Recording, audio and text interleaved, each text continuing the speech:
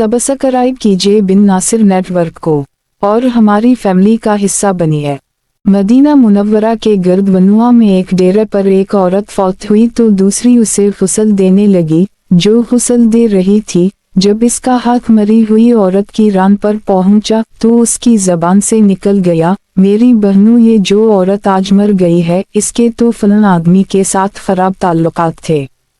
गुस्ल देने वाली औरत ने जब ये कहा तो कुदरत की तरफ से गिरफ्त आ गई। इसका हाथ रान पर चमट गया, जितना खींचती वो जुदा नहीं होता, जोर लगाती है मगर रान साथ ही आती है। देर लग गई, मैयत के वरसा कहने लगे, बीबी जल्दी गुस्ल दो, शाम होने वाली है, हमको नमाज जनाजा पढ़कर इसको दफनाना भी है।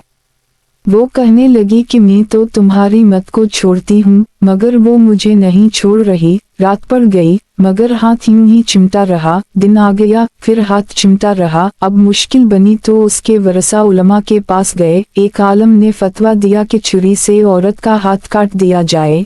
गुस्ल देने वाली औरत के वरसा कहने लगे, हम तो अपनी औरत को माजूर कराना नहीं चाहते, हम इसका हाथ नहीं काटने देंगे। एक और आलम के पास गए तो इन्होंने कहा कि मरी हुई औरत का गोश्त काट दिया जाए, मगर इसके वरसा ने कहा कि हम अपनी मत खराब नहीं करना चाहते। 3 दिन और 3 रात उसी तरह गुजर गए। गर्मी भी थी, धूप भी थी, बदबू पड़ने लगी। गिरदोनवा के कई देहातों तक खबर पहुंच गई। इन्होंने सोचा कि यह मसला कोई हल नहीं कर सकता, चलो मदीना मुनव्वरा।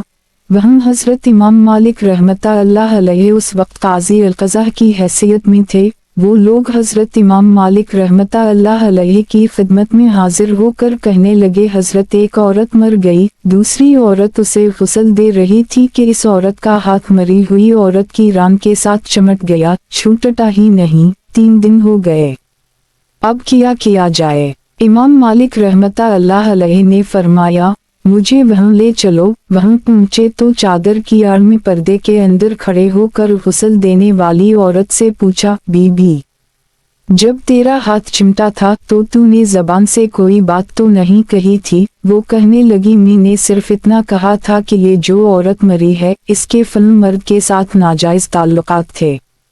इमाम मालिक रहमता अल्लाह अलैहि ने पूछा, बीबी, जो तूने तहिम्मत लगाई है क्या उसके 4 चश्मदीद गवाह तेरे पास हैं? कहने लगी, नहीं। फिर फरमाया, क्या इस औरत ने खुद तेरे सामने अपने बारे में इकरारा जुर्म किया था? कहने लगी, नहीं।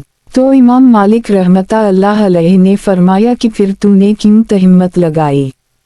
इसने कहा कि मैंने इसलिए कह दिया था कि वो घड़ा उठाकर इसके दरवाजे से गुजर रही थी। ये सुनकर इमाम मालिक रहमता अल्लाह अलैहि ने वहीं खड़े होकर कुरान मजीद पर नजर डाली, फिर फरमाने लगे, कुरान पाक में आता है, वालिजान यरुमुल अलूमो हसनात सौम लम यातु बार भाते शुहदा फिल्म जुल्दुहुम सैमिन लन जिल्लुदा। सूरत अल-नूर 4। तर्जुमा, जो औरतों पर नाजायज तहमतें लगा देते हैं फिर उनके पास 4 गवाह नहीं होते तो उनकी सजा है कि उनको उसी कोड़े मारे जाएं।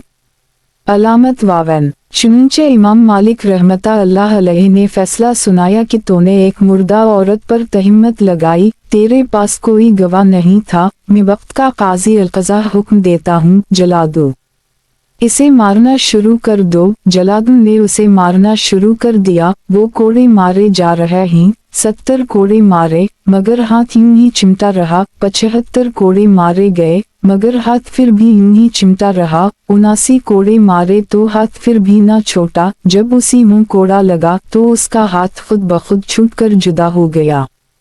तहिम्मत तो वैसे ही बहुत बड़ा गुनाह है, लेकिन आजकल हमारे मुआशरे में ये चीज़ बहुत आम हो गई है।